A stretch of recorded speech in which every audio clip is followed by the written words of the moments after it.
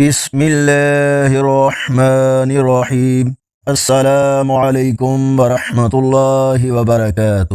اس video میں آج کے کیلنڈر کے ساتھ فرمان مصطفیٰ صلی اللہ علیہ وآلہ وسلم شامل ہے۔ حضرت ابو ہریرہ رضی اللہ تعالیٰ عنہ بیان کرتے ہیں، رسول اللہ صلی اللہ علیہ وآلہ وسلم نے فرمایا، جنت والوں کے جسم پر نہ بال ہوں گے اور نہ ان کی داڑھی ہوگی، ان کی آنکھیں سرمگی ہوں گی، نہ تو ان کی جوانیاں ختم ہوں گی اور نہ ان کے کپڑے بوسیدہ ہوں گے۔